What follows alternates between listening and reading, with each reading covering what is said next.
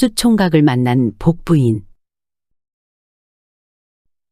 옛날 서울 감사 벼슬을 지낸 김대감이란 사람이 부인을 일찍 여의고 늦게 얻은 아들 하나와 단둘이 살고 있었습니다. 아들의 이름은 정배도령으로 김대감이 금이야 오기야 하며 애지중지하고 풍족한 살림살이에 부족함 없이 자라서인지 남들에 비해 철이 많이 없었습니다. 그런 아들을 볼 때면 김대감은 속으로 한숨을 내쉬곤 했습니다. 게다가 김대감에게는 남모르는 걱정이 하나 더 있었습니다. 그것은 관상을 볼 줄 아는 김대감이 자기 아들의 관상을 보니 자기가 죽고 나면 집안 재산을 다 날리고 거지가 되어 빌어먹을 관상인 것이었습니다. 그렇지 않아도 나이만 먹었지 세상 물정도 모르는 철부지에다가 김대감 자신은 나이도 많아서 언제까지 보살펴 줄 수도 없는 일인데 관상까지 그러니 김대감에게는 큰 걱정이 아닐 수 없었습니다. 그래서 김대감은 복 있는 며느리를 얻어 아들에게 맺어주고 싶었습니다. 그렇게 하면 하나밖에 없는 아들이 애비 없이도 무탈하게 잘 살 수 있을 거라 생각했습니다. 그래, 내가 며느리를 잘 얻으면 아들 놈도 그 덕에 잘 살겠구나. 그 며느리의 복에라도 기대어 자기 아들이 밥 굶지 않고 살도록 할 생각이었습니다. 그런 며느리를 얻기 위해 김대감은 매파에게 부탁도 해보고 근처 이 마을 저 마을을 오가며 복 있는 며느리를 찾아보았지만 서울 장안을 다 뒤져도 마음에 드는 처녀는 찾을 수 없었습니다. 그래서 결국 김대감은 보찜을 지고 집을 나섰습니다. 본격적으로 며느리를 찾기 위해 전국 방방곡곡을 다 뒤질 생각이었습니다. 그렇게라도 복 있는 며느리를 구해서 아들 장가를 보내지 않으면 아들 걱정에 편히 눈도 못 감을 것 같았습니다. 그렇게 다니던 어느 날이었습니다. 김대감은 어느 작은 시골 마을 빨래터에서 빨래를 하고 있는 한 처녀가 눈에 들어왔습니다. 멀리서 얼굴을 찬찬히 뜯어보니 그녀는 확실히 김대감이 찾던 복 있는 얼굴이었습니다. 몇 달을 헤맨 끝에 김대감은 드디어 마음에 드는 며느리감을 찾은 것이지요. 조금 더 가까이 가서 처녀의 관상을 보니 그야말로 발 뒤꿈치까지 복이 줄줄 흐르는 상이었습니다. 사실 그녀의 이름은 순옥이로 평소 사력 있고 착한 심성을 가진 처녀였습니다. 드디어 찾았다. 그래, 바로 저 아이를 며느리를 삼으면 내 아들놈 정배가 생전에 호구할 걱정 없이 살겠구나. 하고 생각한 김대감은 순옥이의 뒤를 따라가기 시작했습니다. 순옥이는 동네 한가운데에 있는 방 2칸짜리 작은 초가집에 살고 있었습니다. 김대감은 이 집에서 하룻밤 묵으면서 그 처녀의 관상도 자세히 보고 그 부모와도 얘기를 나눠보기로 마음먹었습니다. 김대감은 초가집 앞에서 집주인을 불렀습니다. 계십니까? 누구시오? 아이고, 양반날이시네. 어떻게 오셨습니까? 김대감은 집주인인 듯한 사람이 나오자 내가 사정이 있어서 그러는데 말이오. 값은 후하게 치를 테니 하룻밤만 머물고 갈 수 있겠소? 예? 저희 집에 주무실 방은 내어드릴 수 있으나 나리가 쓰시기에는 너무 누추해서. 그것은 전혀 상관없소. 그러니 허락만 해 주시오. 그렇다면 그러시지요. 이리로 들어오십시오. 그렇게 김대감은 순옥이의 집에서 자고 가게 되었습니다. 저녁을 먹으면서 김대감은 처녀의 얼굴을 다시 확인할 수 있었고 역시 복 있는 관상이었습니다. 김대감은 저녁을 먹은 후 순옥아비를 붙잡고 말했습니다. 사실 내가 하고 싶은 말이 있어 이 집에서 자고 가게 해달라 했소이다. 낮에 빨래터에서 대개 여식을 보게 됐고 며느리를 삼고 싶어. 그 아이를 따라 여기까지 쫓아온 것이요. 그러니 대개 딸을 우리 아들과 혼인시켰으면 싶은데 어떻소? 사돈? 그러자 순옥아비는 아이고, 안 될 말입니다. 천민인 제가 어찌 나리와 사돈지간이 될 수 있겠습니까? 저희 딸이 어찌 감히 양반댁의 며느리가 될 수 있겠습니까요? 그러지 마십시오. 혹시 놀리시는 거라면 그만하십시오. 그냥 다른 말씀은 마시고 편히 주무시고 가십시오. 그렇지만 김대감의 거듭된 부탁에 결국 순옥아비도 혼인을 승낙하고 말았습니다. 순호가 잘 살 거라. 다행히 사돈어른께서 좋으신 분인 것 같으니 그 분 말씀 잘 따르고 한번 시집가면 그 집 귀신이 되어야 한다는 말 알지? 너도 이제 양반 집안으로 시집을 가는 것이니 양반들 같이 그렇게 해야 한다. 힘든 일도 있을 테지만 참고 견디거라. 다시 돌아올 생각은 하지도 말고 잘 살아야 한다. 혼인은 그렇게 일사천리로 진행되었고 김대감은 순옥이가 걱정하지 않도록 혼자 남는 순옥아비에게 평생 넉넉하게 쓸 돈도 챙겨주었습니다. 그런데 이 혼인에는 문제가 하나 있었습니다. 김대감의 아들인 정배도령이 이 혼인에 큰 불만을 품고 있었던 것이었습니다. 순옥이가 복스러워 보이기는 했지만 자기는 양반의 신분인데 첩도 아니고 본부인을 천민으로 맞아들이다니. 양반인 자신에 비하면 천민이라는 순옥이의 신분이 영 마음에 들지 않았습니다. 아니, 얼굴만 보아도 화가 났습니다. 정배는 아버지 김대감의 명을 못 이겨서 혼인을 하고 살기는 했지만 순옥이에게 정을 두지 않았습니다. 어린 나이부터 기생집에 드나들었고 음주가무를 무척 좋아하기로 유명한 부잣집 도련님이었는데 그 방탕한 생활을 혼인했다고 해서 하루아침에 그만둘 리 없었지요. 책은 언제 꺼내보았는지 글 공부는 물론이고 과거 시험 같은 건 안중에도 없는 정배는 그런 한량 중에 한량이었습니다. 틈만 나면 아버지의 눈을 피해서 여전히 기생집에 드나들었지요. 집에 금붙이라도 보이면 기생들한테 갖다 주기 바빴습니다. 그러면서 집안에서 순옥이와 우연히 마주쳐도 좋은 말 한 번을 건네지 않던 정배는 그런 남편이었습니다.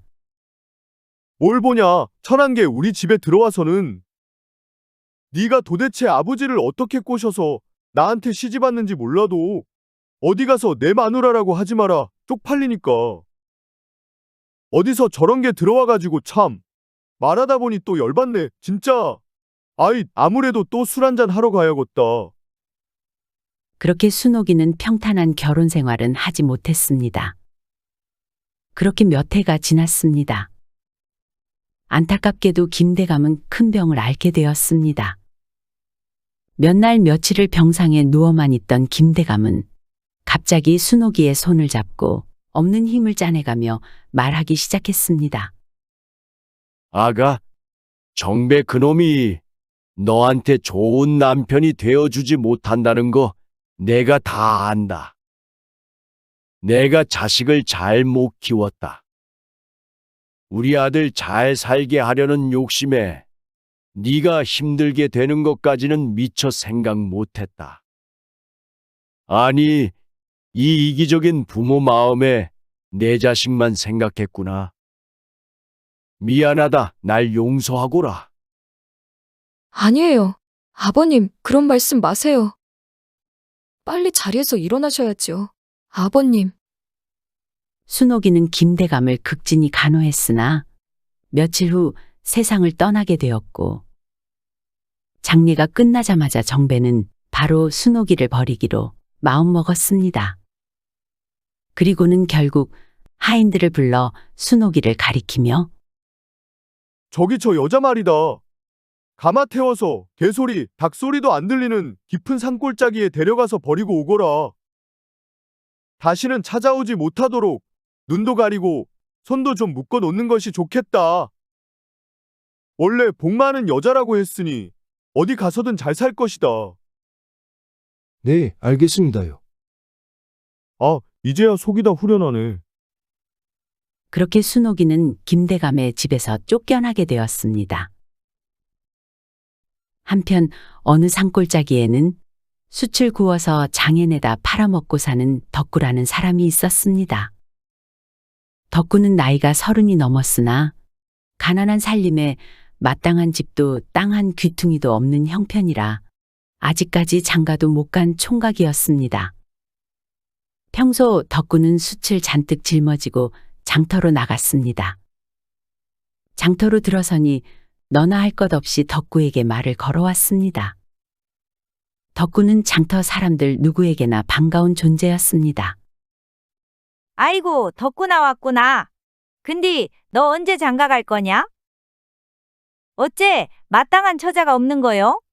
너 그러다가 할아버지 되겄다. 예, 가야지요. 돈 많이 벌어서요. 어디 참한 여자 있으면 소개 좀 해주세요. 하하. 덕구야, 내가 오늘 항아리 하나를 샀는데 너무 무겁네. 이거 우리 집까지 좀 들어다 주면 안 될까? 네, 제가 도와드릴게요. 아이고, 덕구, 숲 팔아야 되는데 어딜 가? 그냥 순이네가 천천히 갖고 가면 되지. 덕구 돈 벌어서 장가 가야 된다고. 아니에요. 아주머니, 무거워요. 제가 지금 갖다 드릴게요. 아이고 고맙다, 덕구야. 이렇게 숲하는 총각 덕구는 사람들에게 친절하고 다정한 좋은 사람이었습니다. 하지만 욕심 없는 성격 때문인지 하루하루 열심히 살아도 도통 가난을 벗어날 수가 없었습니다. 그러던 어느 날이었습니다. 그날도 수칠장에 내다 팔아 이런저런 잡곡 한 대로 바꿔서 움막으로 돌아오는 길이었습니다. 어디선가 사람 살리란 소리가 들렸습니다. 사람 좀 살려주시오. 거기 누구 없습니까? 아니, 이 컴컴한 깊은 숲속에 웬 사람 소리야. 덕구 총각은 이리저리 둘러보며 소리가 들리는 쪽으로 따라가 보았습니다. 그런데 저만큼 떨어진 숲속 바위 틈에 누군가가 있는 것이었습니다. 사람 살리라고 소리치는 게 아니겠습니까? 어떤 영문인지는 모르겠지만 떨리는 가슴을 애써 진정시키며 조심스럽게 다가간 덕구 총각은 거기 사람이요? 귀신이요? 하고 물었습니다. 그러자 저 좀 살려주십시오. 더욱 가까이 가서 보니 한 여인이 바위 틈에 웅크리고 앉아 벌벌 떨고 있었습니다. 여인은 천으로 눈도 가려지고 손도 묶여 있었습니다. 덕구는 그 여인이 우선 앞이라도 볼 수 있도록 급하게 눈을 가리고 있던 천을 풀어주었습니다. 그러자 여인은 살려주십시오. 제가 말 못할 사정이 있어 이 숲속에 버려지게 되었습니다. 그런데 도대체 여기가 어딘지도 모르겠고 산짐승 소리만 자꾸 들려와서 너무 무섭네요. 제발 저 좀 살려주십시오. 덕구는 속으로 생각했습니다. 아니, 어여쁜 여인이 왜 이런 곳에서? 덕구는 이 여인이 거짓말을 하고 있는 것 같지도 않았고 달빛에 비친 모습을 보니 마치 꽃 같은 여인의 겁을 잔뜩 먹은 눈동자를 보고 있자니 너무 안쓰러워 손목에 묶인 끈도 풀어주었습니다. 그리고 그 여인을 집으로 데려가기로 했습니다. 그리하여 순옥이는 작은 움막의 방 한 칸뿐인 숲하는 총각 덕구의 집으로 따라갔습니다. 여기가 제가 사는 곳입니다. 괜찮으시다면 당분간 여기서 지내십시오. 네, 감사합니다. 정말 감사합니다. 순옥이가 조심스럽게 움막 주변을 여기저기 둘러보았습니다. 그러자 덕구가 부끄러운 듯이 숯을 구워서 장에 내다 팔아서 먹고 살아요. 순옥이는 고개만 끄덕였습니다. 밤이 깊어 바로 잠자리에 들어야 했고 그렇게 두 사람은 그 작은 움막 안에서 순옥이는 한쪽 끝에서 그리고 덕구는 반대편 끝에서 밤을 보냈습니다. 다음 날이 되었습니다. 덕구는 아침 일찍 숯을 짊어지고 장터로 나섰고, 순옥이는 덕구의 움막에 남아 뭐라도 도움이 되고 싶어 낮에는 빨래도 하고 청소도 하면서 시간을 보냈습니다. 그리고 산나물도 캐고 열매도 따서 저녁에 덕구가 돌아오면 없는 살림에도 먹을 것을 만들어 내오곤 했습니다. 그렇게 지내던 어느 날이었습니다. 순옥이가 숯가마 주변을 정리하다가 보니 순간 한쪽 구석에서 뭔가 반짝거리는 것입니다. 순옥이는 더 자세히 보았습니다. 그리고 손가락으로 문지르는 순간, 아니 이럴 수가. 그 속에 있는 것은 순금이 아니겠습니까? 아니, 이건 금덩어리잖아? 이튿날 아침이 되었고, 순옥이는 덕구 총각을 숯가마 앞으로 데려가 말했습니다. 여기 이 노란 부분을 손톱만큼만 깨주시겠습니까?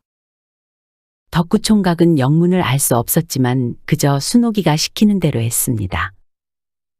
순옥이가 다시 확인해 보니 금 덩어리인 것이 분명했습니다. 이제 이것을 가지고 행인들이 많이 왕래하는 장터 같은 데로 가서 펼쳐놓고 있으면 아마 사겠다고 하는 사람이 있을 것입니다. 그 사겠다고 하는 사람이 얼마냐고 물으면 그냥 시세대로 쳐주시오 라고 하세요. 살 사람이 알아서 쳐서 줄 것입니다. 그리고 안쪽에 더 있을 것으로 보이니 당분간은 숯 말고 이 금을 조금씩 내다 팔면 살림에 크게 도움이 될 것입니다. 알겠소. 덕구 총각은 순옥이가 시키는 대로 저작거리로 나가 자리를 펴고 한참을 기다리니 웬 말 타고 가던 사람 하나가 덕구 총각 앞에 딱 멈추어 섰습니다. 그러면서 하는 말이 그거 얼마에 파는 거요? 그냥 시세대로 쳐주십시오. 알겠소. 자, 여기 있어. 덕구는 그동안 숯을 팔 때는 한 번도 손에 쥐어 본 적 없는 큰 돈을 들고 기쁜 마음으로 산속 움막으로 돌아갔습니다. 순옥이를 보자 활짝 웃으면서 돈을 보여주었습니다. 이것 좀 보시오. 이게 다 오늘 번 돈이요. 잘 되었습니다. 숯가마 안쪽에 금이 얼마나 더 있을지는 모르겠으나 오늘도 조금씩 캐어서 내일 장터에 내다 파시면 되겠네요. 그리고 배고프시죠? 우선 식사부터 하세요. 내일은 집에 오실 때 쌀이랑 고기도 좀 사오시고요. 제가 맛있게 밥해드릴게요. 다음 날도 덕구는 장터에 나가 금덩이를 펼쳐놓고 있었습니다.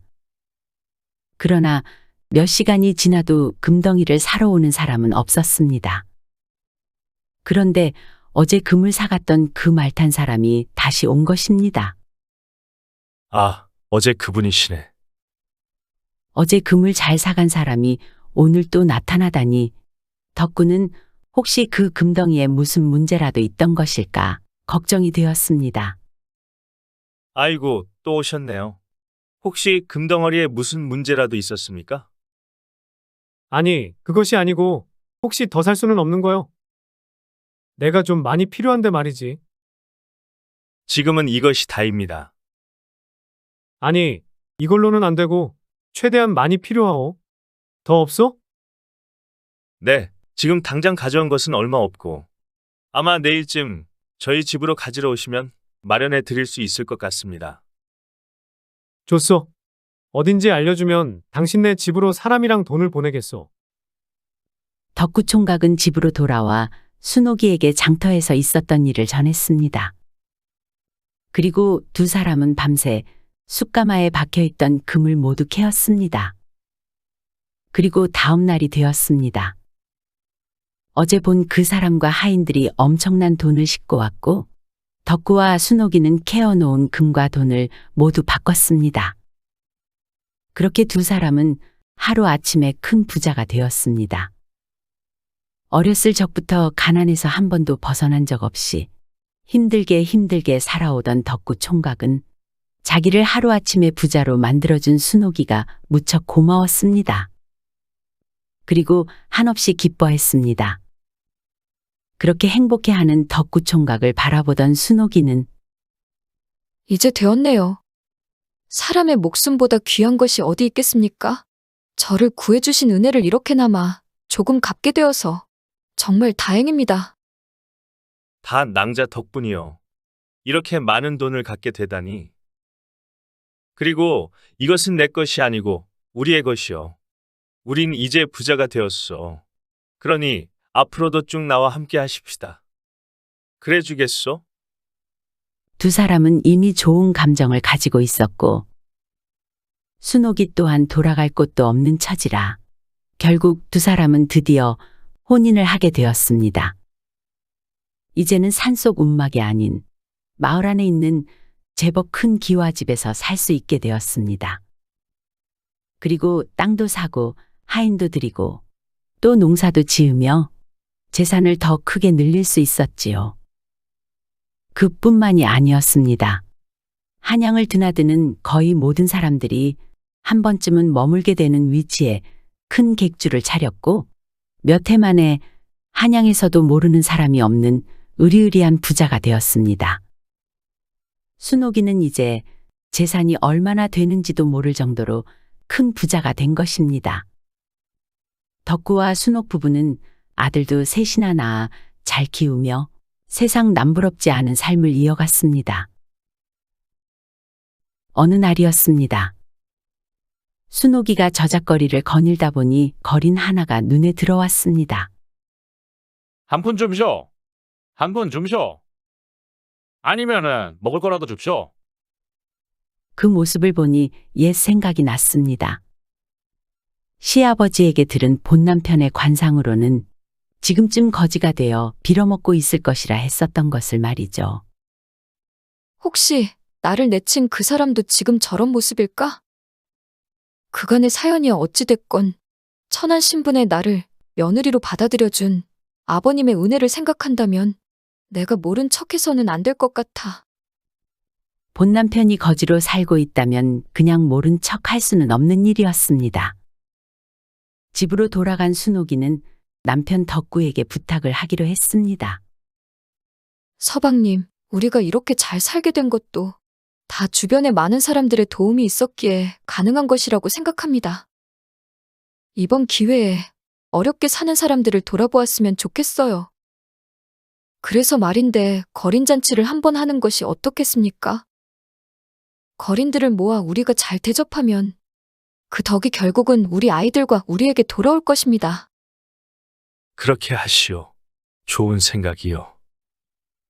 그렇게 며칠 후 그들의 집에서 몇 날 며칠 성대한 거린잔치가 벌어졌습니다. 순옥이는 대문이 잘 보이는 방 안에서 드나드는 거린들을 살펴보았습니다. 그런데 잔치 마지막 날이 되어서도 본 남편의 모습은 보이지 않는 것입니다. 이상하네. 거린으로 살고 있다면 한 번쯤은 우리 집에 왔을 것 같은데. 아니다. 거린이 되지 않았다면 다행인 거지. 그래, 더 잘된 것이야. 라고 생각했습니다. 그런데 잔치가 파할 무렵 거지 중에 상거지에 몰골을 하고 있는 한 거린이 문 안으로 들어오는데 자세히 보니 바로 순옥이의 본 남편 정배였습니다. 드디어 왔구나. 순옥이는 급히 하인을 불러서 무언가 시켰습니다. 하인은 거린 정배에게 다가가 이리로 오시오. 당신은 따로 할 것이 있으니께.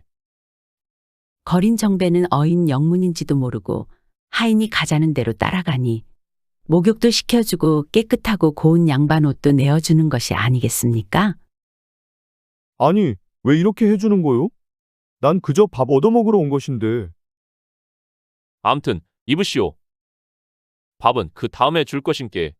빨리 입어야 빨리 먹을 수 있다고. 거린 정배는 번듯한 양반 정배의 모습이 되어 어안이 벙벙한 채로 호화로운 사랑방으로 안내되었고 자, 이 방에 있으면 상을 들고 올 것인께.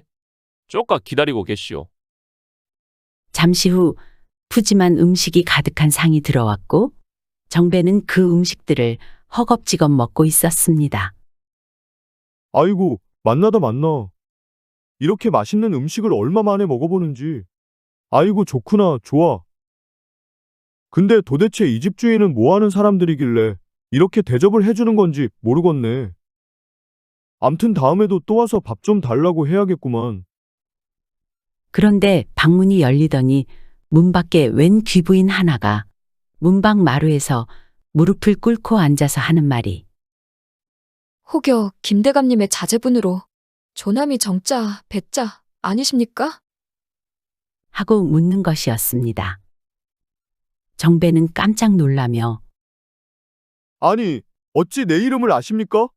그러는 부인은 누구시오?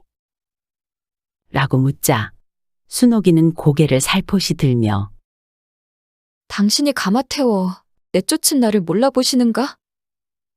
정배는 이제야 기억이 났는지 고개를 끄덕이더니 이내 고개를 떨군 채 눈물만 흘리고 있을 뿐이었습니다.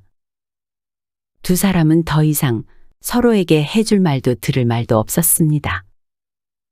잠시 후 순옥이는 남편 덕구에게 갔습니다. 그리고 자신이 처음 혼인을 하게 된 이유와 거린이 되어버린 본남편의 지금의 모습까지 그간의 사정을 모두 얘기하기 시작했습니다.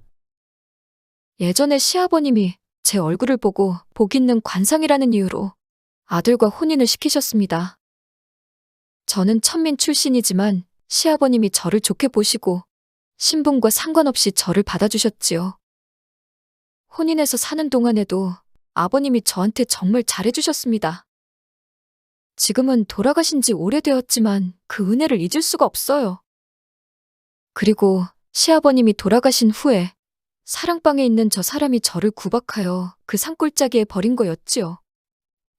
그러나 그것이 전화위복이 되어 당신을 만났고 혼인을 했고 지금은 아들 셋을 낳아 잘 키우고 있지요. 이 모든 것이 지금의 모습으로 오기 위해 필요한 여정이었다고 생각해요. 그 덕분에 이렇게 호의호식하며 잘 살고 있고요. 저는 아버님의 은혜를 저버릴 수 없어서 거린이 된 저 사람을 내버려 둘 수 없습니다. 그래서 말인데 우리 재산을 그 사람에게 나눠주었으면 합니다. 어떻게 생각하시나요? 그래도 되겠습니까? 당신 뜻대로 하시오. 당신이 아니었다면 나는 아마 지금까지도 수출 구업하는 늙은 총각으로 살고 있을 테지요. 내 걱정은 하지 말고 당신이 하고자 하는 대로 하시오. 나는 당신 뜻이라면 다 줬소. 두 사람은 서로를 마주보며 미소를 머금었습니다. 그렇게 순옥이는 정배에게 재산을 나누어 주었고 정배에게 꼭 해주고 싶은 말을 전했습니다. 아버님이 저에게 주신 은혜를 갚는 것이니 인생의 마지막 기회라고 생각하십시오. 그리고 앞으로 주어진 삶을 성실하게 그리고 행복하게 살아가길 바라겠습니다. 정배는 고개를 떨군 채 한참 눈물을 흘리더니 정말 미안했소. 내가 돌아가신 아버지의 덕을 아직도 보고 있구려. 아버지 말씀을 조금이라도 귀 기울여 들었더라면 얼마나 좋았을까요? 부인, 그때 내가 너무 창피하고 죄스럽소. 앞으로는 삶을 부끄럽지 않게 살고 또 항상 고마운 마음을 갖고 살겠소. 고맙소. 아니, 고맙습니다. 그렇게 정배를 보내고 나니 마치 시아버지의 은혜를 갚은 것 같아 순옥이의 마음은 한결 편해졌습니다. 복이 많은 여인이고 또 그 복을 나눌 줄 아는 참 은혜를 알고 의리가 있는 여인이 아닐 수 없습니다.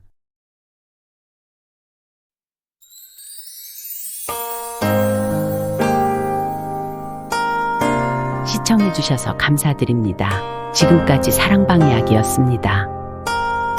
항상 건강하시고 행복하시고 만사형통하시고 평안하시고 꽃길만 걸으시고 좋은 일들만 가득하시기 바랍니다. 마지막으로 구독, 좋아요도 눌러주세요. 더 재미있는 이야기로 찾아뵙겠습니다.